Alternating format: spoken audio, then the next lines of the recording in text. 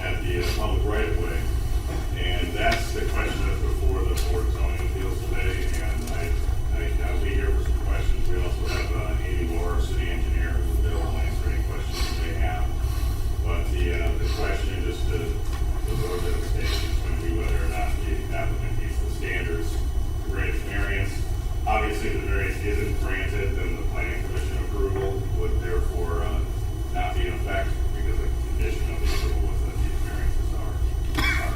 So at that, I don't know if there's much time right now talking. I know you guys probably have some questions for the applicant right now in the work section. But again, available to answer any questions you have, as well as Amy Moore, city engineer, for any more technical things. And then, sir, real quick, if the variances are approved here at the Board of Zoning Appeals, does it then go to council for approval, or they go back to the building housing to get their plat? Well, council in certain approvals has the right to overturn decisions of the Board of Zoning Appeals. So what council will be faced with is whether or not they want to waive the 30-day effective period. In fact, if you were watching last night, I believe we had a conditional use, for example, on a land use decision that the council waived the 30-day waiting period. So it's not technically going to approve it. They just have the opportunity under the charter to overturn it. Okay. Or they can, like I said, waive the 30-day waiting period. Therefore, if they waive that period, then the applicant is allowed to receive essentially their certificate in 29 days. Okay, thank you. All right, so let's go ahead and call up the applicant for this appeal. Would you like to come forward, please? Yeah. If I could make a Chairman, if I could make a quick announcement. Go ahead.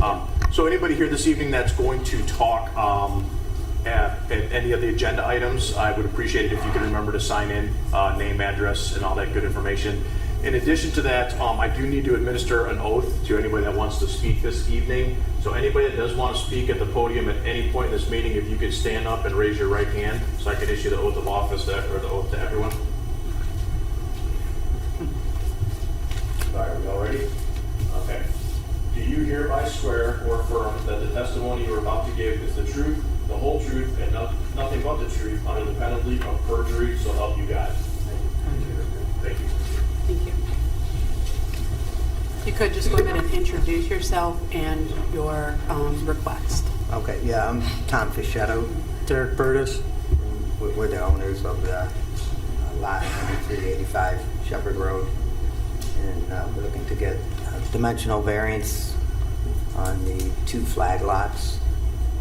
And current acreage, it's about 4.5 acres, and we're looking to split the lot, or that property, into 4 1 acre thereabouts lots. The 2 flag lots that we're looking for the dimensional variances on would be 1.25 each on the acreage. What are the resulting sizes of the lots? The dimensional wise? Yes. Oh, okay.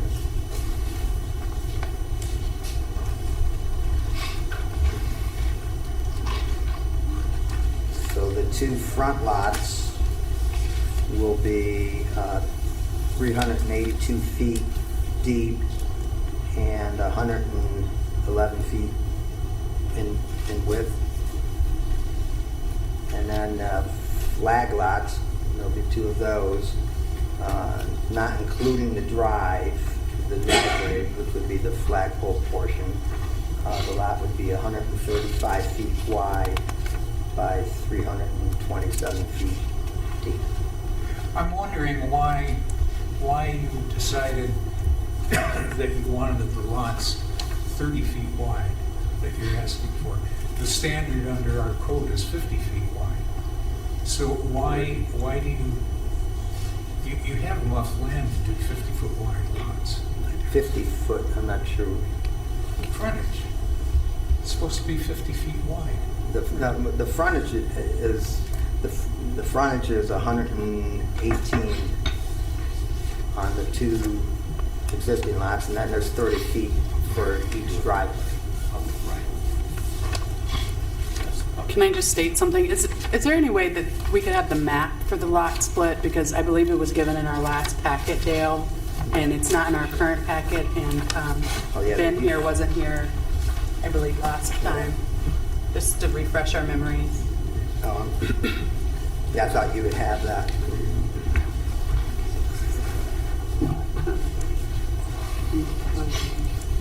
Have you guys considered, and I know this has gone through City Planning Commission, I talked to the planner, and so was there consideration given to,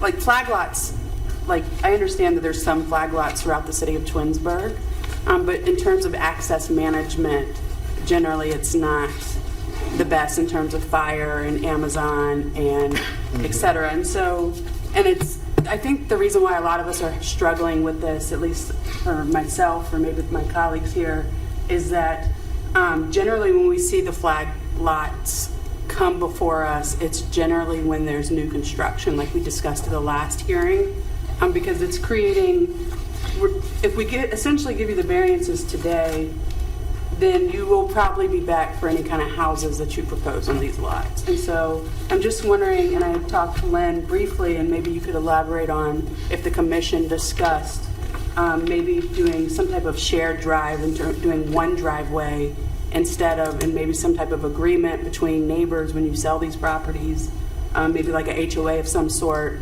to handle the shared drive to reduce the impervious surfaces that are going to be added on both sides of these parcels.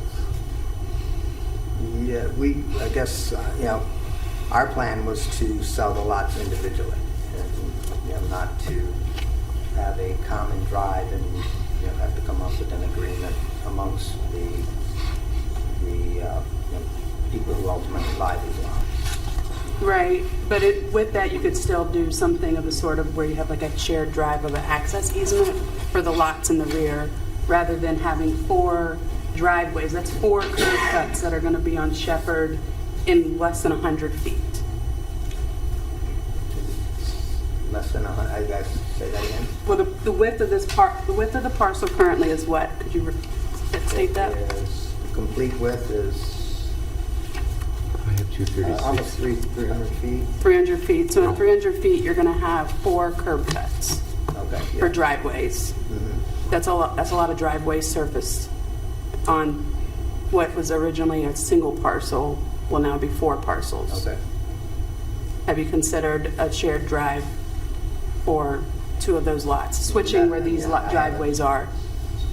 And then that way you wouldn't necessarily have this type of flag configuration or any type of cluster type development here. It would make more sense. Yeah, I guess I don't know the legalities of a shared drive, and so I guess to answer your question, no, I haven't considered it, or we haven't considered it. We don't know what the details of that are. Did it come up during Planning Commission when you originally presented this? I believe it was more, they were talking more splitting it into 3 lots versus, I don't think the shared driveway was, it may have come up in passing, but I'd have to go back and look. But it wasn't a point like you're making. Right. I have Yes. the motion here from the planning. Okay. commission. I'm going to read that. Yes, could you Please. read that for us? So the case was the lot split 9385 Shepherd Road. The motion was upon reliance upon representations made by the applicant and their representatives, along with the submitted application for a lot split of permanent parcel number 64-01251, date stamped received May 29, 2024. Mr. Shebeck, is that correct? Yeah. Move that planning commission approve the requested action with the following conditions. 1, a variance request will be necessary for the proposed lot configuration to be approved under a separate application made to the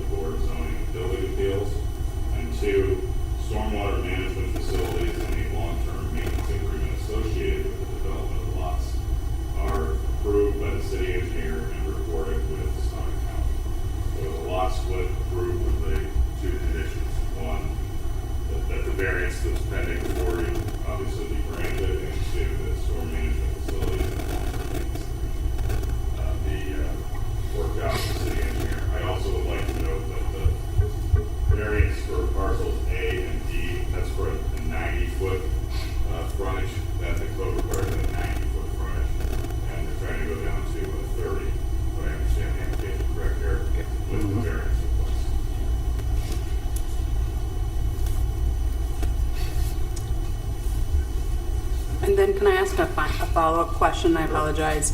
What is the width, driveway width requirement? It's what, I think it's 50 feet? If it's going to have an access, drive access requires a 50-foot?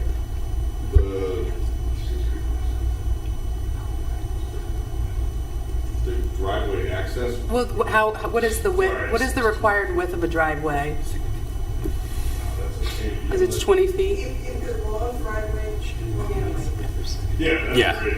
I'm sorry, thank you. Can you just introduce yourself? this is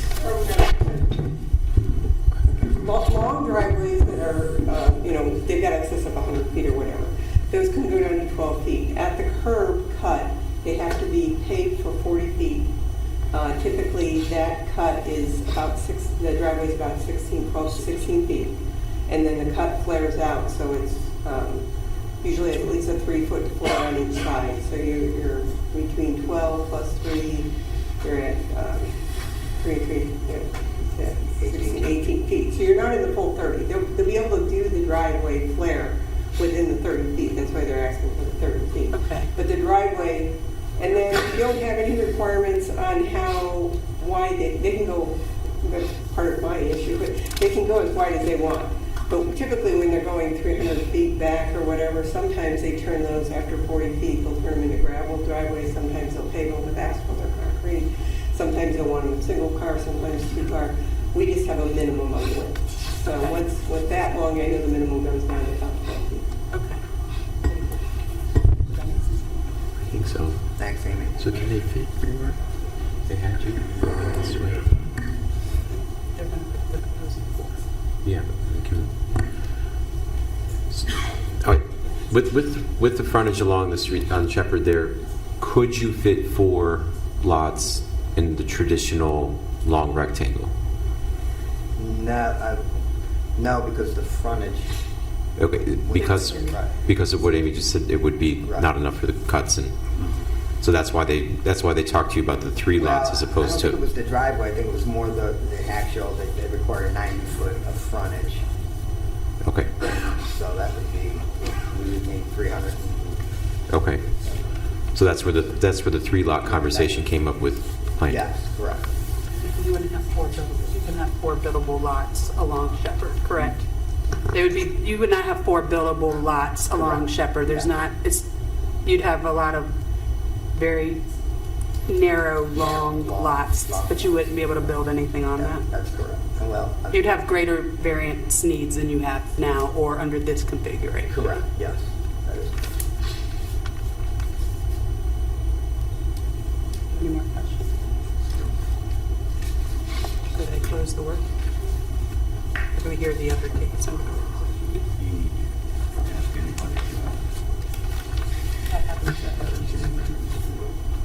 Have you? So you're looking to just sell the lots? You're not the builder. Correct. I'm just curious what kind of variances we would require if we were able to approve this. We would require to be able to build on it in a manner that people are going to want to.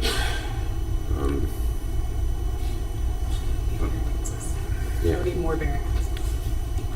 Yeah, I'm inclined to take a different approach, okay? And we're in the work session. Last time, we had testimony from a couple neighbors that are in Lake Plata, that they have significant water issues, flooding. Okay? One of our tenants happens to be that we will not create a detriment to the public well-being. Right. And if that land is not, that drainage is not improved, you have existing homes and taxpayers that will suffer even more because it's not developed. Am I not? Amy? She's here for this. I know. This is my concern because you have people that are suffering right now because of water issues. You have the fall from Shepherd Road down to Lake Plata. It basically goes like this. When the applicant came in, that's the first thing I said, you have to come up with, either they're going to have to put some sort of stormwater facilities. They provided a letter to Planning Commission from an engineer, looked at soils. They're proposing to use infiltration trench for doing it, so they'll take all their gutter system, et cetera. They have to do a design on that, which of course we don't have at this point. But I wouldn't expect them to spend that money at this point because they haven't got approval on what they're doing and they don't know the roof size and they don't know all that. So they would have to do perk tests, design those infiltration trenches, all their downspouts of drainage will have to go through those and they have to control the water. So they've proposed at least a mechanism for controlling that water. So when the houses come in for approval for individual topos, they would have to show that they provided stormwater management and that they have a long-term maintenance agreement and it gets filed and recorded because an infiltration trench will require maintenance. And that typically those documents, if somebody's not taking care of that and doing the reporting, it gives the right to the city to go and inspect it. And even it gives the city, if they need to go in and fix it and assess the property like we do for cutting grass and things like that. So those are two things that, you know, as they go into design, they're going to have to consider whether it's 1 lot, 3 lots, or 5 lots, or whatever they end up with their configuration. They're going to have to consider how they're going to manage the roof, downspout drains, et cetera. They're pumping all their sewer, their sanitary sewer up because there's a sanitary sewer up on Shepherd Road. Let me say something. I'm a retired attorney. Okay, I practiced law for over 50 years. My specialty was land use, zoning, and real estate. And my problem with this variance request is that in order to get a variance, as I understand the law, you have to show practical difficulty and unnecessary hardship. And I don't see what the practical difficulty is here. And you can't self-create a practical difficulty. You have to actually have a practical difficulty. You actually have to have an unnecessary hardship. And I don't see any argument made by you in that at all. Well, I think the practical difficulty is the length of the lot. It's 708 feet deep. And if you don't, if you just make these into bowling alley lots, then you have the back part of that property that doesn't get used. And Well, that's at the same hardship time, part. you have a 30-foot wide access when the requirement is 50 feet. I don't think it's 50 feet, but Well, that's the way I read the code, but I'm having trouble dealing with this. yeah, I think it's a self-created practical difficulty and a self-created unnecessary hardship. There are other ways you could use this land and develop it And divide. and still make a profit on it. And I just don't think you've looked at that. All right. Do we have any more comments for the work session on Appeal 042024? I have a question. Amy? No, I'm sorry. So, like, if this is approved, okay, 3 lots, 4 lots, whatever. Well, it's If 4 lots Yeah. that we would be approving. 4 lots. They don't have to do a thing as far as the runoff. No, the runoff, they'll be taking all the downspouts, all the impervious area. They're proposing an infiltration trench type system. Okay. They do have to control that. But when you control that, it's infiltrating the ground or it's still releasing. They're not fixing a problem that may pre-exist. They just have to control what their runoff, so if they're not increasing it. So they've got to control their runoff. So they'll have to follow those parameters, putting it in. Typically, an infiltration trench can be anywhere from 3 to 12 feet deep. It basically is filled with stone. They have to be perk tests on it to make sure that it can take the water, so much water in 72 hours and it'll be spread out. But I don't know, that again, all has to be designed. So they'll have to design that. And how they grade the lot is important. Behind the lot is a stream, a swale stream. That is where pretty much most of the grading will head that and tie in, and then head into a sewer system associated with that.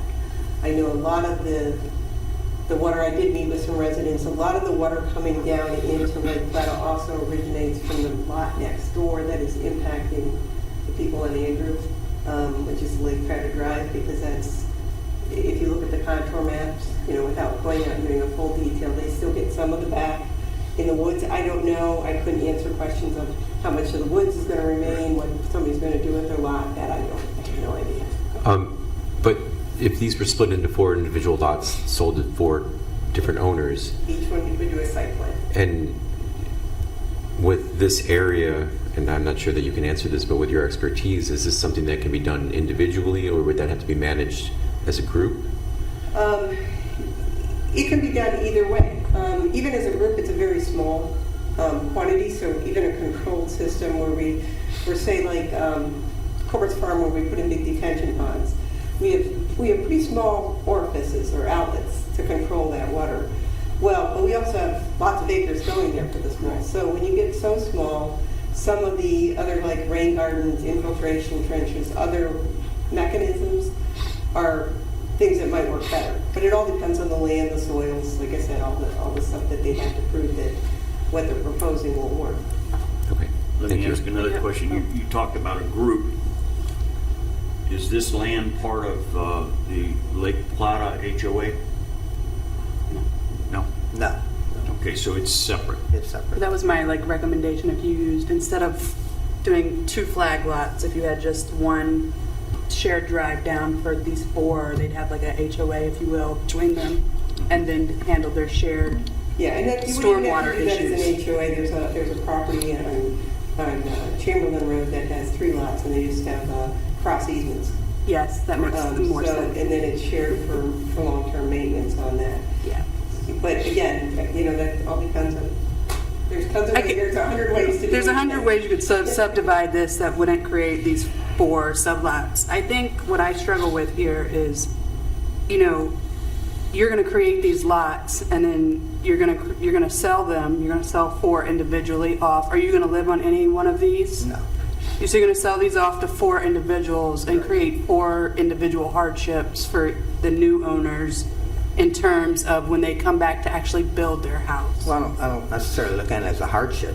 I mean, Well, they're going to need variances. They're not going to be able to build by right unless they build tiny homes, if you will, in that regard. So I think that's where I'm still struggling with this, is because generally when and I know this was passed by the Planning Commission, I know they required the variances, and I understand the city's position, but in terms of access management for Parcel A and Parcel D, with fire, as we're getting increasingly more with Amazon and things of that nature, and then in terms of just environmentally, it just doesn't, and this is my personal experience and opinion in doing zoning for another municipality, is that there's another way to do this that would make that you could still get your 4 lots, if you will, 4 individual lots for 4 future residents, without subdividing the lot into 2 flag lots with 30-foot frontages.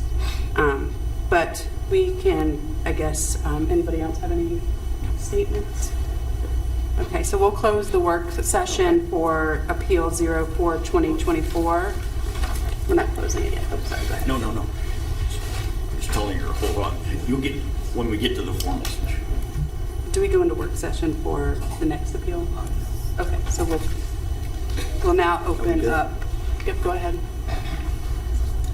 Formal session for.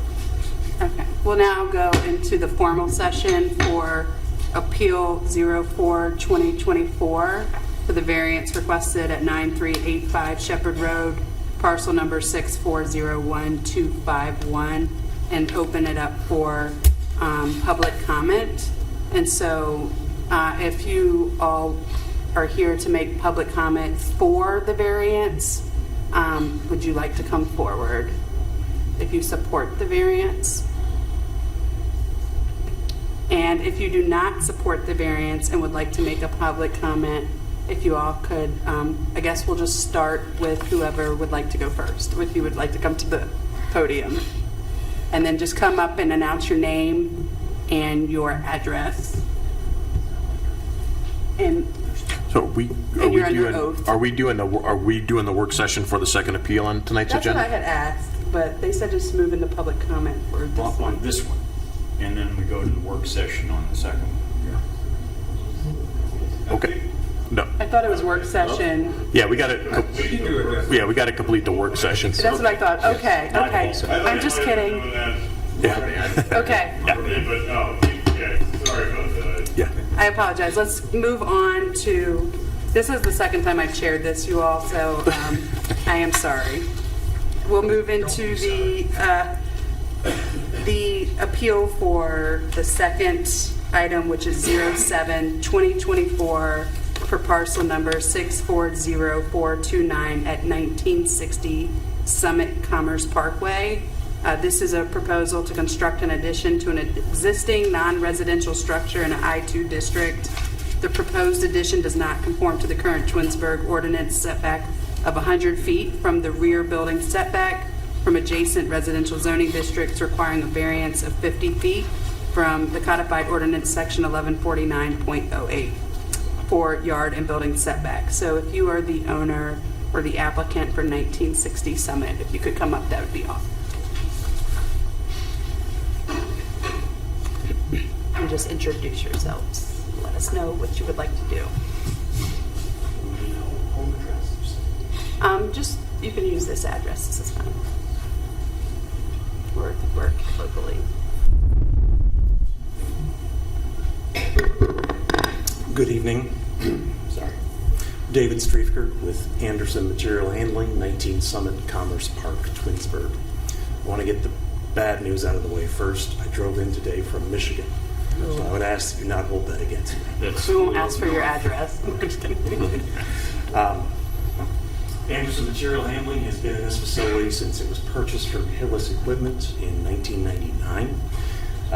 The current building is about 14,000 square feet, 4,000 of office, 10,000 of warehouse. Don't let the small size fool you. We actually have 56 employees out of this facility.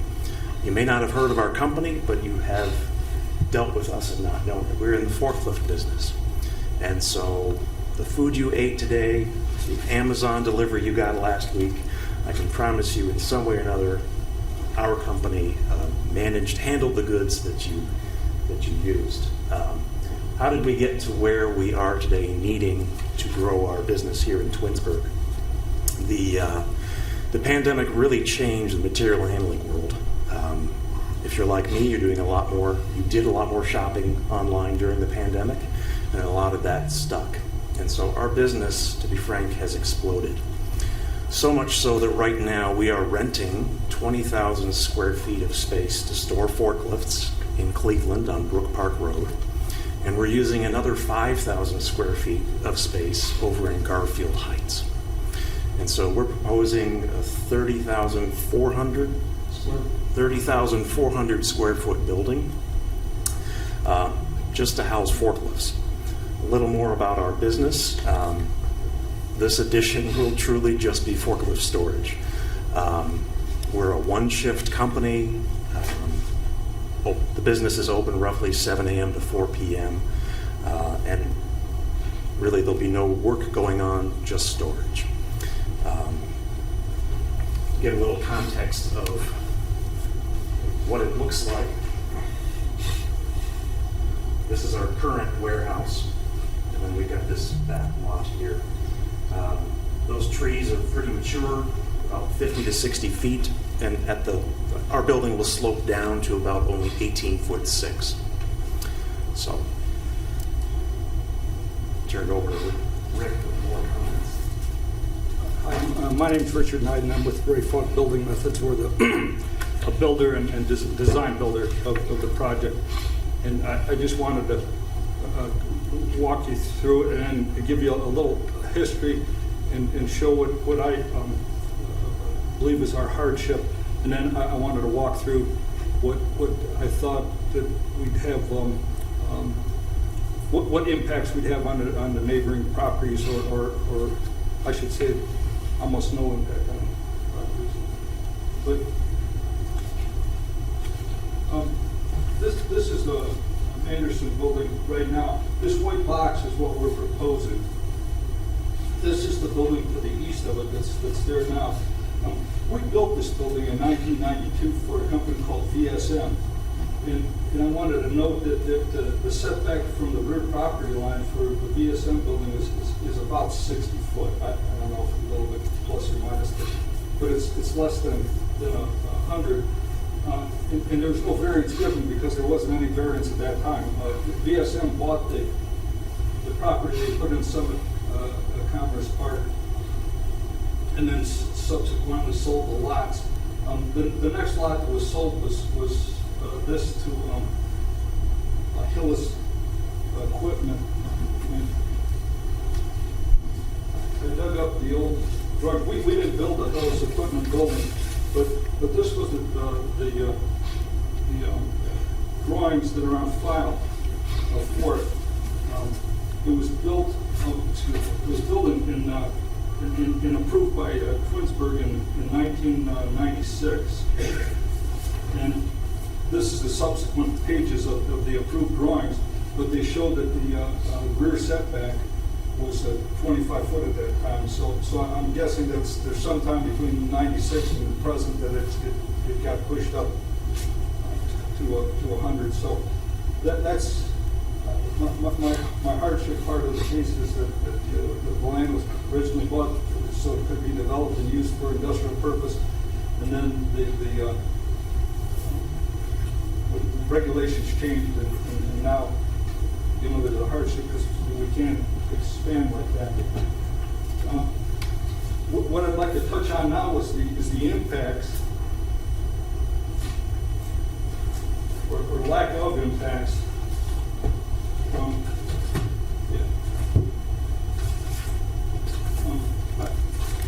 As you can see, this proposed building, it kind of fits right in here.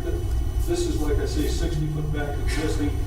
This is that parking lot, and it's about 25 foot from the property line now.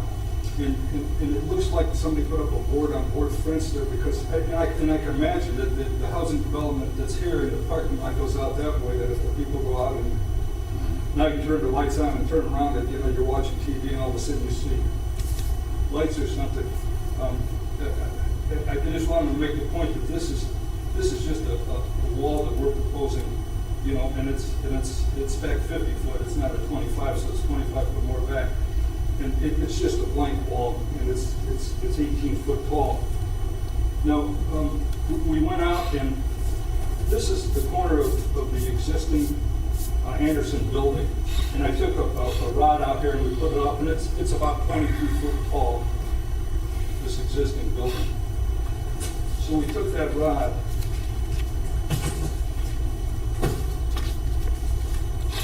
and I had the fellow go back, and he stood about where the back line of the addition would be. And this is looking off to the left. It's looking to the south, and then this is to the west. This is the VSM building. This VSM building is 26 foot tall here. And you can see that, we're going to be under the vegetation. And then this is kind of like the same picture, except it's directly looking south.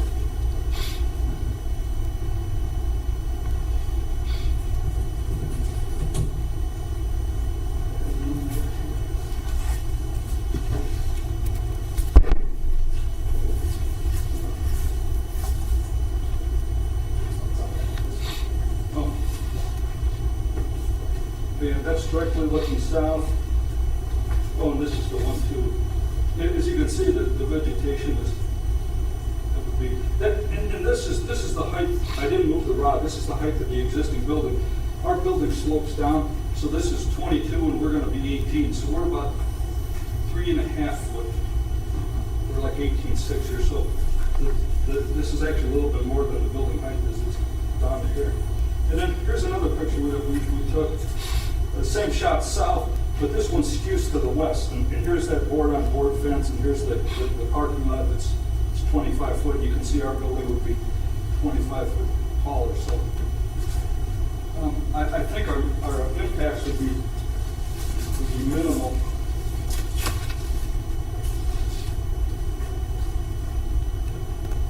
And lastly, this is the housing development that's there now, and this is kind of like a, in a two-shaped parcel that this association uses. It looks like for water detention and green spot space. And then this is the only other lot here where residents, and you can see there's a large wooded area here. Those are the only two that would be adjacent. And how tall did you say the building, the addition was going to be? 18 feet? 18.6 at the 18.6. At the most southern portion of the, when it comes, okay, above grade. Now too, we proposed in the plans that we submitted to the planning of a kind of a continuous row of arborvitae that will grow up. So even when the foliage comes down off of here, the arborvitae, of course, like a pine tree, it'll just be a green wall. And the other thing too is there's no doors. There's nothing on this wall. The exit doors for fire access and stuff are on this side, but this is just a blank wall, so there's no traffic, no noise, no nothing on this side. That was going to be my question, more about the nature of the business. You said it's just a morning shift. Do you intend to go into, will that change? No, it will not. So 56 employees, roughly 38 to 40 of those are people in service vans going to our customers. And most of our customers, frankly, are one-shift operations, and so we mirror their experience. And you said it's primarily just storage. There's no light manufacturing or anything going on. Hundreds of forklifts. Okay. Yeah. And then about the building lighting, The lighting on the back. I would imagine lighting around the exits, but nothing shining. Nothing shining in that direction. Yeah, and on our sides, where the building department asks for lighting in the parking lot, there's zero cutoff fixtures, so there's no light leaking into the adjacent properties. The adjoining, there's a triangle of heavy green stuff below. Yes, sir. Is that part of the subdivision there, or is it just blank land? No, that's part of the subdivision. It's part of the homeowners association? It's actually a lot, yeah. And the same lot encompasses this. Gotcha, okay, it goes all the way down there. Yeah. So, And how tall is your fence going to be? How high? it's not a fence, but the back of the building is 18 and a half. 18 and a half feet Tall, high? yeah. Okay. What is the makeup of the back of the building going to be? Are there going to be windows or doors or anything? Nothing, it's a blank wall. It's an IUP insulated metal panel, so it's just a flat, Gotcha. cream-colored wall. Do you have anything else? No, not unless you have any questions. No. I don't have any. No, I'm good. All right. We're going to close the work session. For real this time. Yeah, for real. And we're going to now move into our public hearing. And we are going to, again, begin for the appeal at 9385 Shepherd Road, permanent parcel number 6401251. And this is to modify the existing parcel and create four new parcels. So parcel A, parcel D, and each of those parcels requires, parcel A requires it's a flag-shaped parcel at 30 feet wide at the public right-of-way for 382 feet deep. And then it widens to 110.92 feet wide at 1.2996 total acres. It requires a variance of 59.58 feet from the required 90-foot wide lot width required by ordinances 1143.09 of the area yard and height regulations. Same with new parcel D. It requires a variance of 60 feet from the required 90 feet wide lot width required by the same section 1143.09. C, a flag-shaped parcel with a depth of 709 feet has a width of 135.24 feet at the widest point, which requires a variance increase of 236 feet in depth from the maximum of 473 feet lot depth, codified ordinance 1187.07B1E. It says that no lot depth shall exceed 3.5 times the lot width. And then also for new parcel D, that also requires it's a depth of 708.81 feet and has a width of 135 feet. It requires an increased variance of 235 feet from the maximum depth of a lot at 473 feet. And so it also requires the variance that no lot depth shall exceed 3.5 times the lot width. So with that, we'll go ahead and, Can I ask a point of clarification? Yes. My own application. As we just moved into the regular meeting agenda, the agenda here has number 1, public participation. Before we move into the 2 appeals listed, does the board generally do the public participation for each item individually, or do you do it en masse at the outset of this meeting? I thought we'd do public participation for each hearing, for each variance item. Yes. Then I will, I'll work with the staff and we'll have that agenda there straightened out. Thanks for. Thank you. Yeah, it's a little bit confusing for sure. So if it's confusing for us, I know it's confusing for all of you. So we'll do public comment on 04/2024. Right. And then you'll act on that item and then move into the next. Yes. Right? Yes. I'll ask from them because they've been here for longer than I have. I apologize. Okay. So let's go ahead and begin with public participation. If you would like to come to the podium, just announce your name and your address and tell us if you are for or against this variance, or just give your public comment. Hi, how are you? Hi, I'm Patricia Stoddard-Bear. I'm at 9546 Andrew Drive. I had an opportunity to speak last time that this was before the BZA. I actually have a question, and I don't know if I'm allowed to ask the question.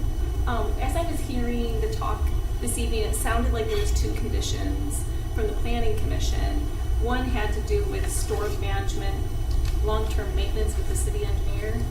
And I felt like I heard when people were talking that it sounded like that plan hadn't been submitted yet, and that would need to be submitted by like the future property owners. And if that's the case, it sounds like they can't meet the conditions for that the Planning Commission had put in place for them. Yeah, so the conditions that was that they have to get the variances this evening, and they have to submit a stormwater management plan.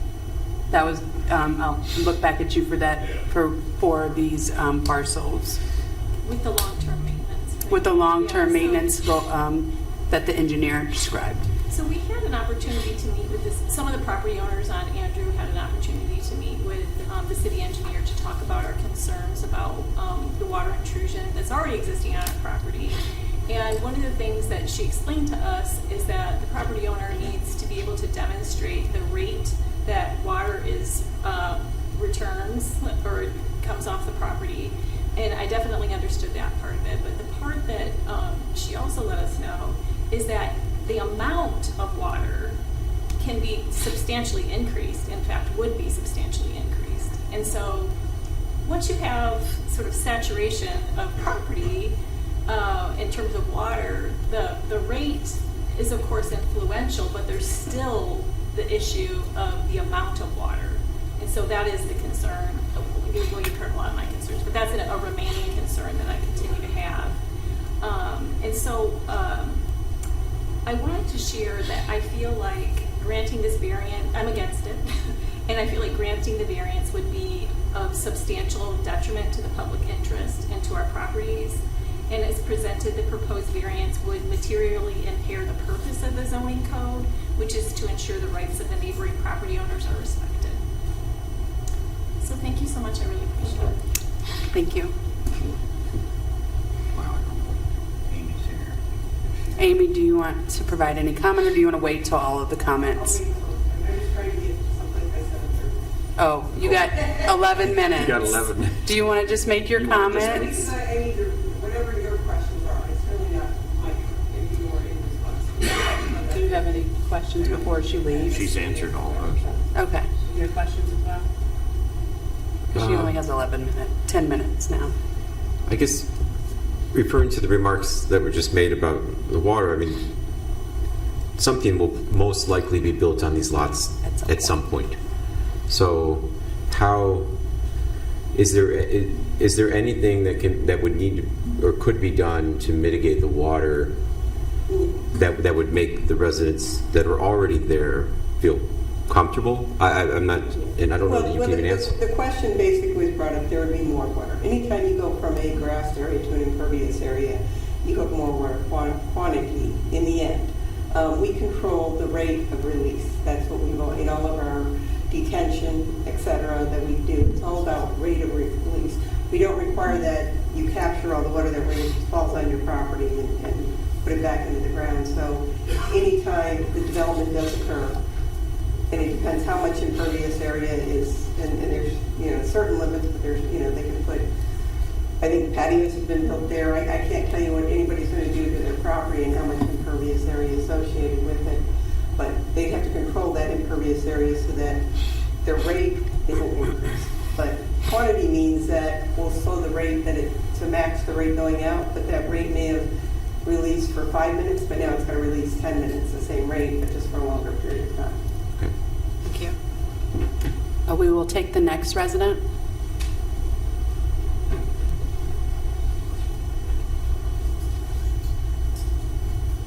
Good evening. My name is Joe Dupre, and I reside at 9554 Andrew Drive in Lake Plata. I had a question. I'm sorry for the question. I'll start with the question. We submitted letters and documents showing pictures, videos of the water intrusion already. Is that included in this? Do we need to reiterate that, or is that going to be a part of what's handed out to the group? Were these the ones that were submitted at the previous hearing? Yeah, so for the record, on this appeal, I am the building commissioner of the city. I did receive a letter from the Lake Plata Homeowners Association that represented 123 members. In addition to that, we did receive 6 individual letters. We also received Exhibit A, which was 13 pictures of some stormwater as well as the videos. Those were all shared with every member on this board, and I have them here now, so I'll give them back to you for review. That'll be helpful because I don't think that was. Okay. Thank you. Yeah. I'm one of those homeowners that submitted a letter, and our property would be adjacent, our backyard property would be totally adjacent to parcel A, which that request for a 30-foot width variance to a normally 90-foot variance is basically the driveway, is the way I look at it. That creates the driveway. Our experience currently with the intrusion that we're getting a lot of it comes from the driveway on a different property, as you mentioned, as well. And I just can't imagine another driveway of that length, almost 400 feet plus. It probably goes beyond the 400 feet.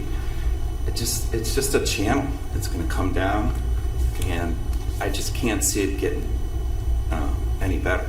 It's going to definitely have more intrusion. At least that's what I would expect.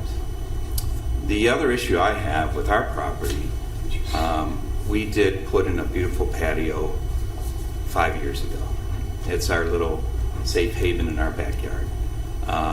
It's a patio, we have a fountain, we have a nice semicircle walkway around our fountain and our fireplace. We have a son with special needs. It's our little special place for him and us. That property line, parcel A driveway, could potentially get right behind the view that we now. And I understand there's a right to build back there. I don't deny that they have options.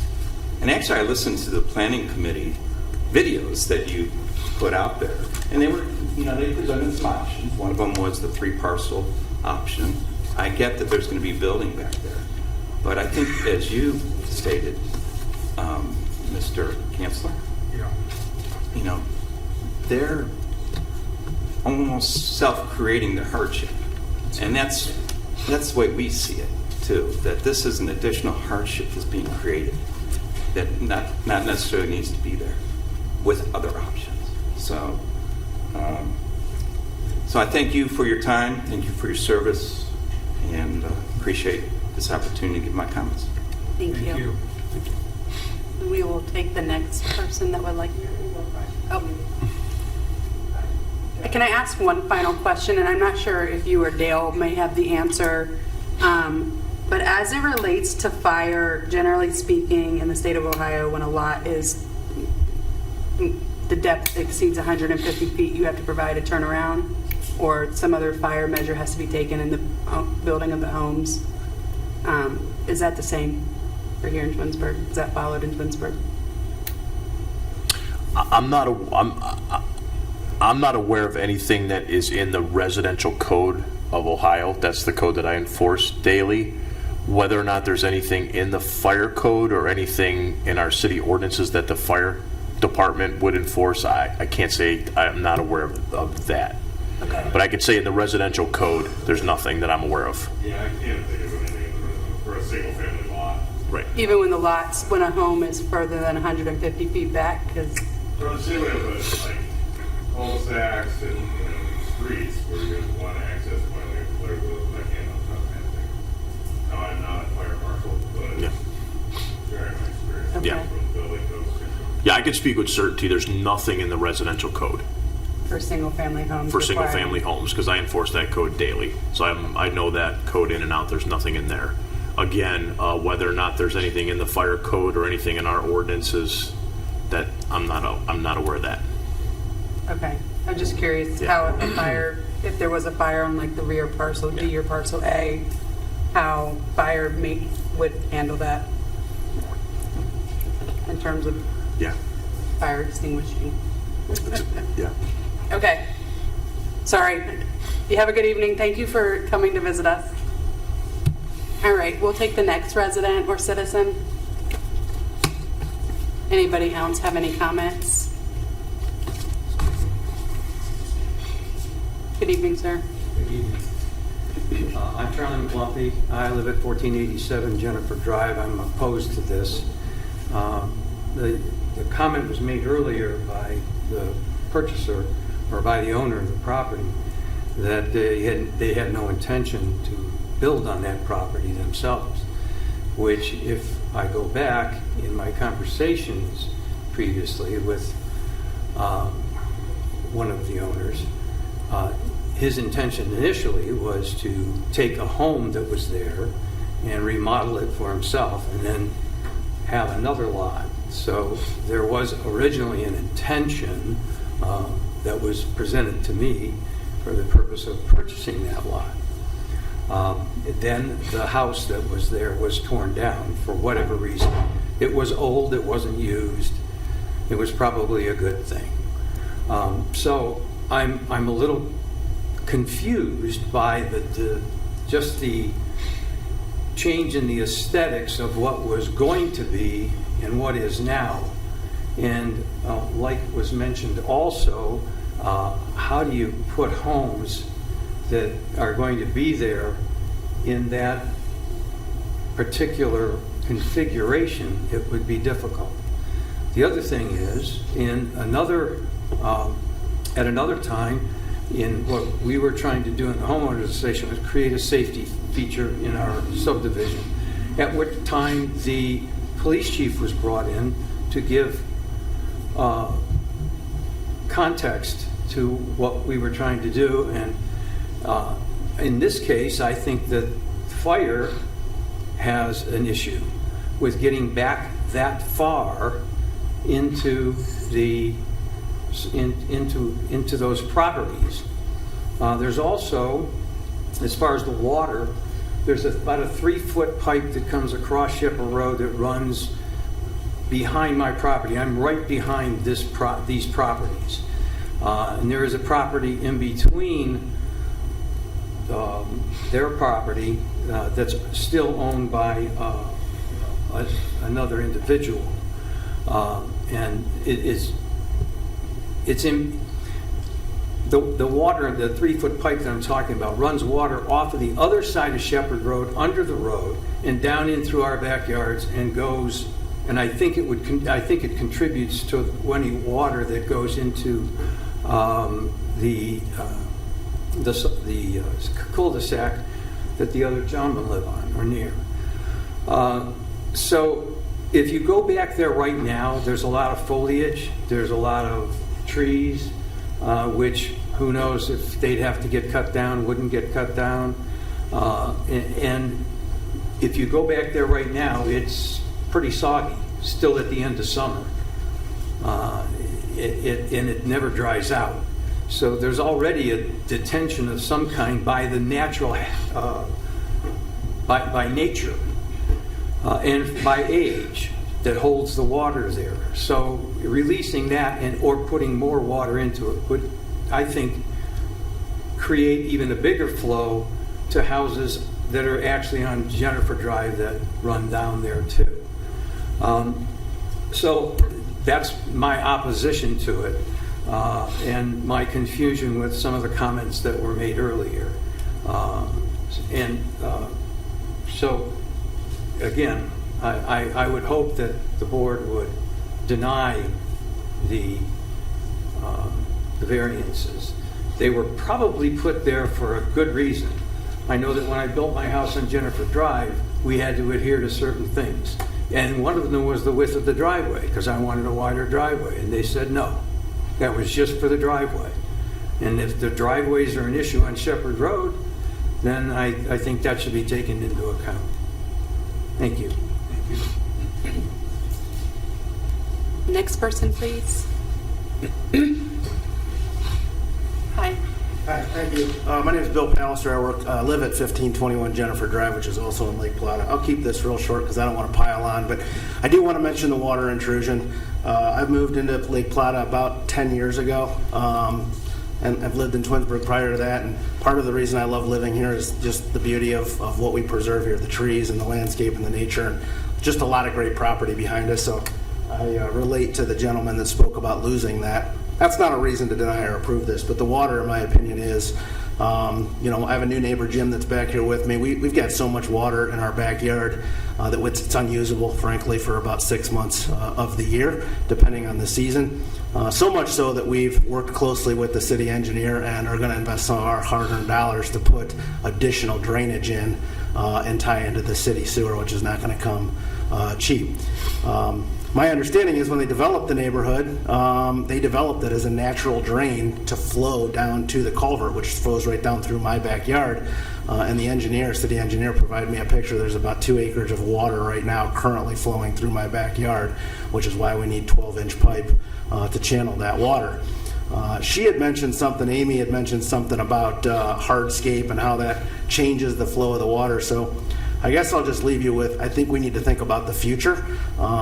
They may very well put a good plan in place to mitigate the water and whatever the languages that they used, but what they cannot predict is what those new homeowners might do at that property. And I think, frankly, some of us as homeowners have contributed to that water problem because we've added patios, we've added other hardscape, right? We've changed landscaping, and we've changed the flow of the water. And whatever approval or variance they would give those folks would be at that given time, and we wouldn't have an understanding of what they do in the future.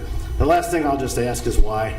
Why would the city want to make a variance for someone to make more of a profit? Frankly, when that property, when that house went down, the first thing I thought is I'd love to buy that property, not to break it up, but to build my future dream home on it. That's not an opportunity now, and that's okay, but why would we change the variances that we have in Twinsburg to allow someone to make a little bit more money when there's a perfect opportunity for them to develop that lot as it is? So, thank you for your time. Thank you. The next person, please. Is there anybody else that would like to make a public comment?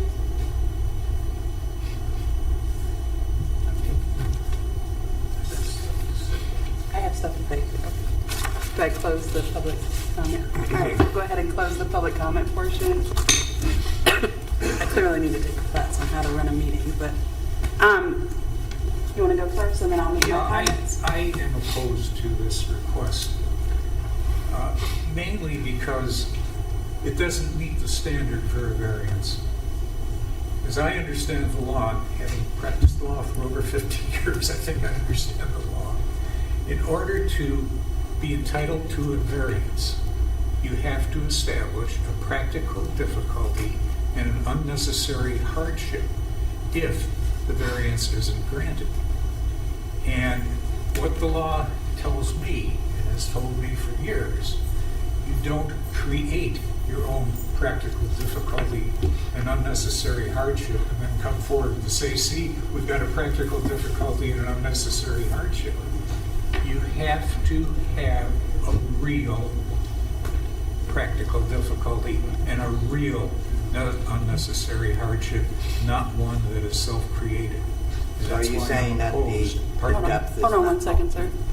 I'm going to finish your comments and then you can. Yeah, and that's why I'm opposed to your request. Okay, so you're saying that the property depth is, Pardon me? I was calling the property depth as our practical difficulty. You have a 708-foot depth of the lot. Well, that was what it is.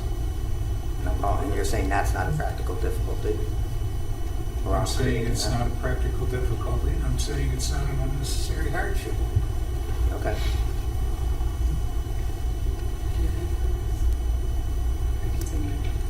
No, I think and Matt, this would be maybe for you. I mean, with our vote, while I appreciate the water issues, and I absolutely, after seeing those pictures, I feel for the residents.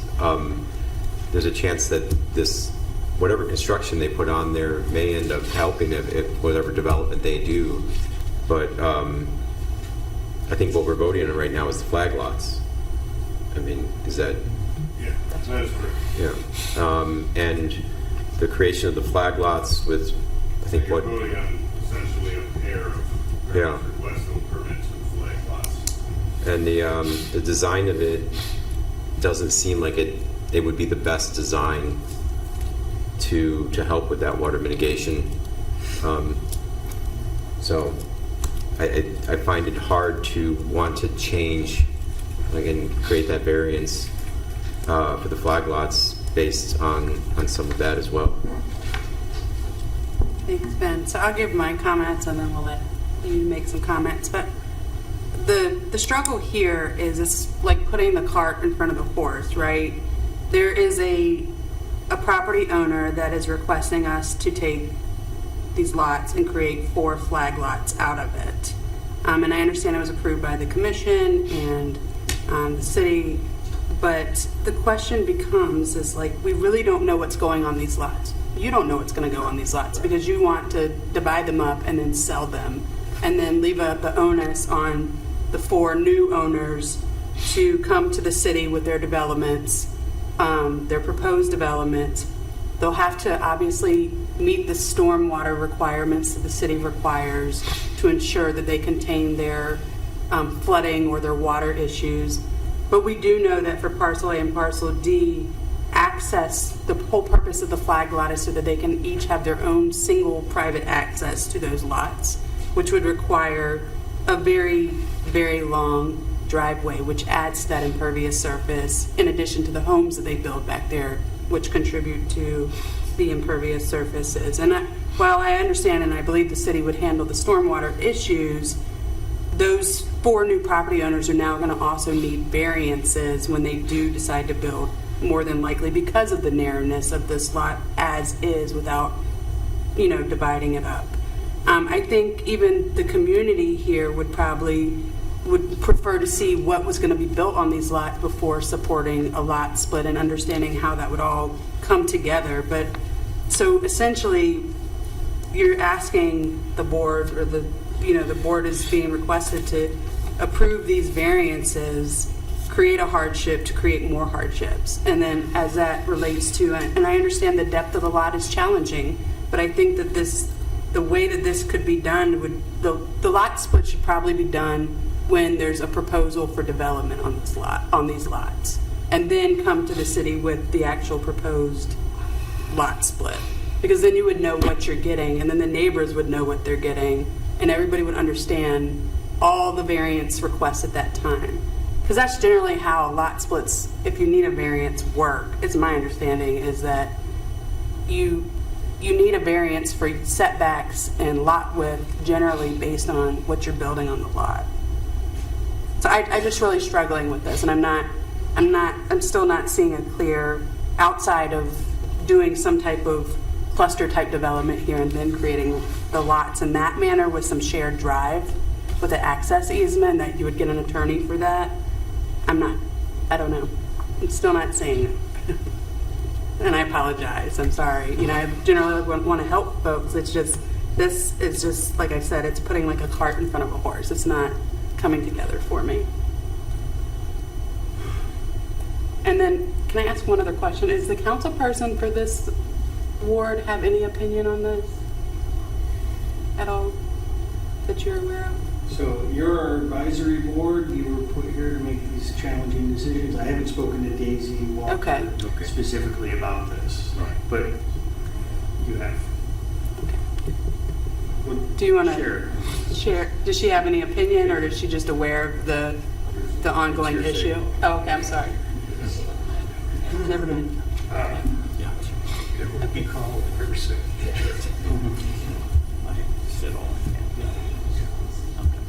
Okay. Does anybody want to make? Do you have any other comments or questions?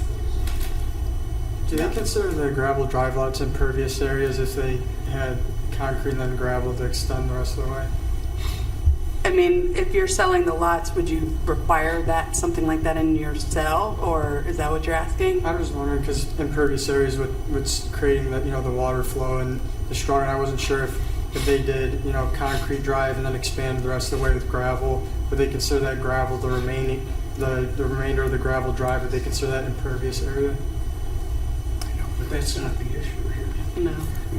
I think what Shannon said earlier was pretty good and was probably what I was trying to say. Something's going to be built here, most likely, and there's a chance that maybe you could help in the process of, if the residents said they're working with the city to add more drainage and ways and means for the water to get off their property, that this may end up in the long term being possible to help, but without knowing what's going to go there and how it's going to go there, it's hard to grant a variance for this that could possibly add to their troubles. I mean, I just don't see.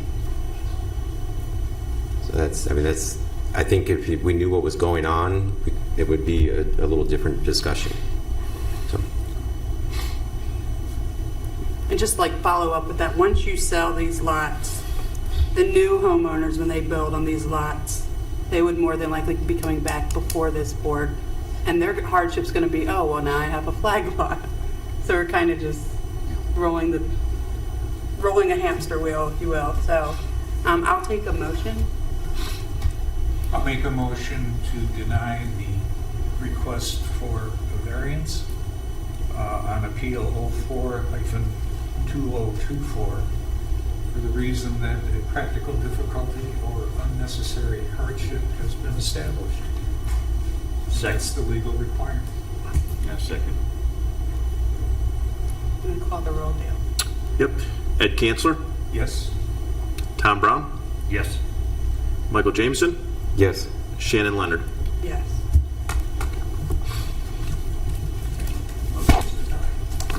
The variance has been denied. We have to do the second. Do we have to do them two of them? Yeah. Okay, let's do both of them. So the first variance was denied for, there's 4 variances, I apologize. So for variance requested number 1A, can you just revise the motion to include A, B, C, and D? Or do we need to vote on both? Well, I think what you could do is you could, your first vote was on A. Actually, I always recommend you handle the individual. Okay, well. For the purpose that could find yourself in a situation one day where you have the same 4 or 5, and one member of the board wants to vote yes on variance request. Makes sense. Okay, thank you. So we'll redo that. Should we redo that? Yeah, just want to do this parcel. So a new parcel 1A, So new you parcel could A. use the same exact motion language, but just say this is, for variance 2. Okay, I will make a motion to deny the granting of a variance for 1A, new parcel A. Second. Ed Kanzler, Yes? Tom Brown, Yes. Michael Jameson, Yes. Shannon Leonard. Yes. Same motion. You're going to do 1B for new parcel B. Okay. I will make the same motion respecting new parcel D as set forth on the basis that neither practical difficulty nor unnecessary hardship has been established, and therefore the variance request should be denied. Second. Ed Kanzler, Yes? Tom Brown, Yes. Michael Jameson, Yes. Shannon Leonard. Yes. I will make a motion to deny a variance for new parcel A under 1C on the agenda for the same reasons stated as to new parcels A and D, that an unnecessary hardship and a practical difficulty has not been established. Instead, it's a self-created practical difficulty and unnecessary hardship. Second. Ed Kanzler, Yes? Michael Jameson, Yes. Tom Brown, Yes. Shannon Leonard. Yes. Make a motion to deny the variance requested at 9385 Shepherd Road under 1D of the agenda for the same reasons stated as to parcel A, parcel D, and parcel A and 1A, 1B, and 1C. Second. Ed Kanzler, Yes? Tom Brown, Yes. Michael Jameson, Yes. Shannon Leonard. Yes. All right, thank you. Thank you. Thank you. All right, we will now move into the public hearing portion of appeal number 07-2024 at 6407429 1960 Summit Commerce Parkway. Sir, if you want to come back up, or is there anybody here that would like to make public comment on this variance request for 1960 Summit Commerce Parkway? Hearing none, we'll close the public portion on that. And is there any comments? Do you want to come back up, sir? Yep. Sirs? I would like to just note that the building commissioner did not receive any correspondence on this case for or against. Thank you. And this went before Planning Commission or the Architectural Board? Did they have any comments? Okay. I make a motion that we approve the variance requested 07-2024 1960 Summit Commerce Parkway as presented. Second. Tom Brown, Yes. Michael Jameson, Yes. Ed Kanzler, Yes? Shannon Leonard. Yes. And then I'll just make a comment here that I didn't make before, but there's significant green space between where you guys are building and the residents that are south of that to support this variance. So, thank you. Thank you very much. That's it.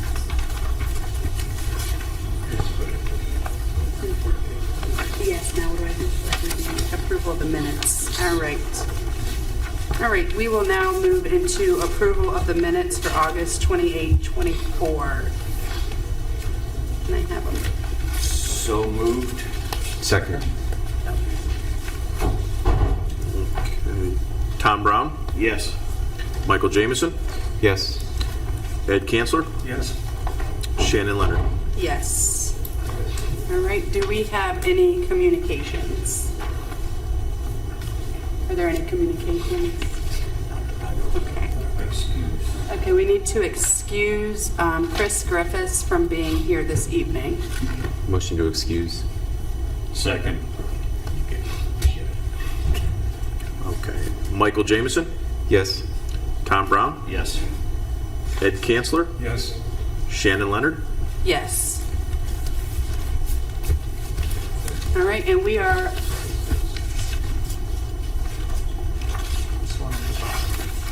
oh, that's when we did. That's the 1960. Yep, that's when we granted. All right, we are adjourned.